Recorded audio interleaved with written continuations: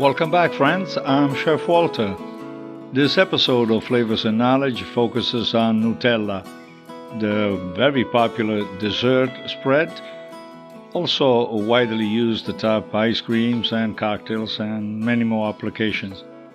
And since this podcast is about sharing sensible knowledge and generate consumer awareness, let's analyze this product to discover if it can be included in a healthy diet.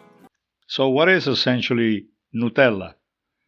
Nutella is a sweetened hazelnut cocoa spread made by Ferrero, an Italian company, and that's the third largest chocolate producer in the world. It was originally created in Italy during World War II when baker Pietro Ferrero added ground hazelnuts to a chocolate spread to make up for a shortage of cocoa in the country. Today, people around the world consume Nutella mostly as a topping for breakfast toast, pancakes, waffles, muffins, and I am sure you found it in your local restaurant dessert compilation. When we had restaurants, which we ran for several years, we always used Nutella to fill some puff pastry blended with mascarpone and then simply bake it. It was always a delightful dessert for our guests. Lately, the company has been pushing the brand and reclassified the product as a breakfast topping similar to a jam or a marmalade.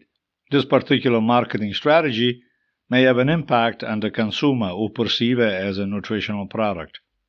The brand is cutting the serving size from 2 tablespoons to 1 tablespoon, and for those who don't read the nutritional information, they might just simply think that Nutella is low in sugar, fat, and of course, calories.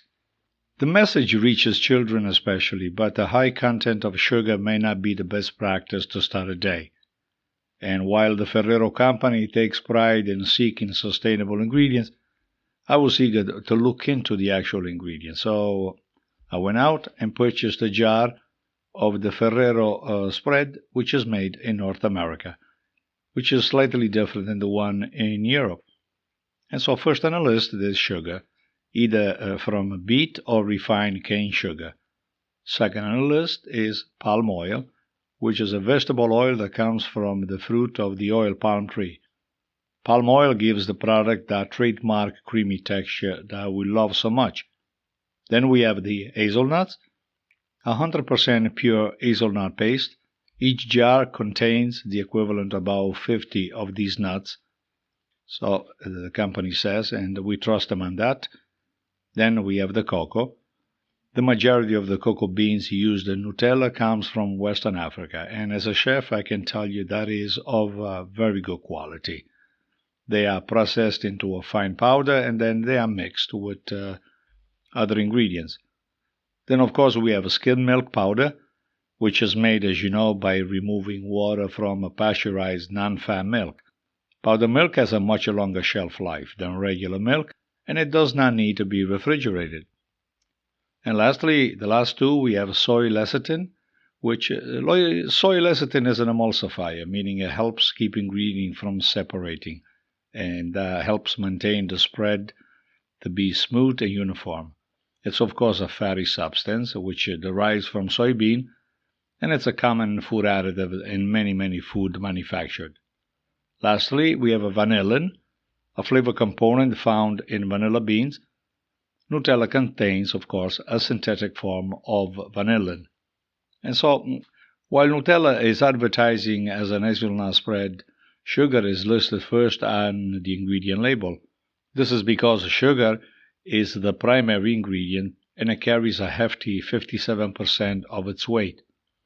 And so, to recap briefly, 2 tablespoons of Nutella will carry about 200 calories, 12 grams of fat, 21 grams of sugar, and then protein, calcium, and iron in a minor percentage below.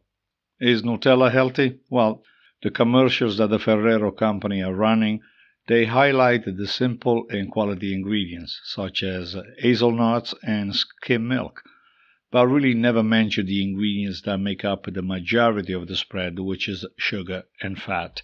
The American Heart Association recommends that women and children consume no more than 6 teaspoons of added sugar per day, while men should limit their intake to 9 teaspoons.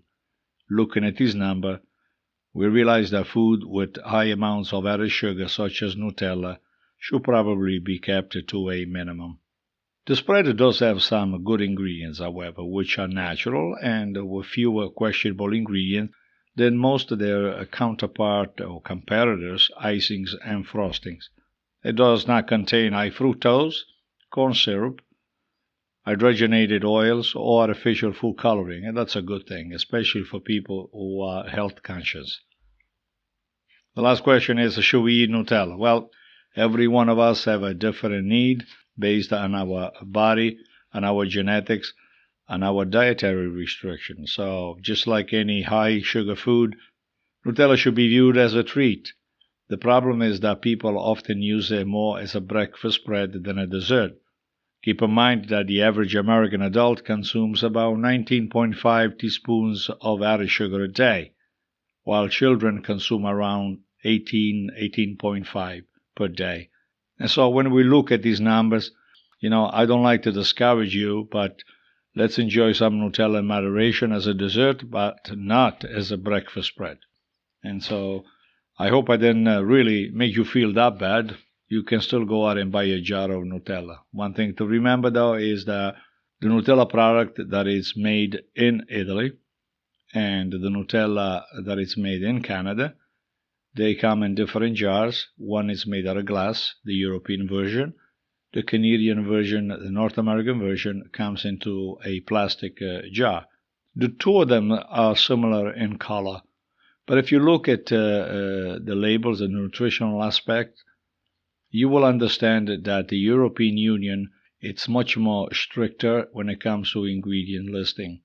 And our FDA allow a little bit more. We are much more elastic, as you will, in terms of allowing many more ingredients on the panel of the nutrition on the back of the jar.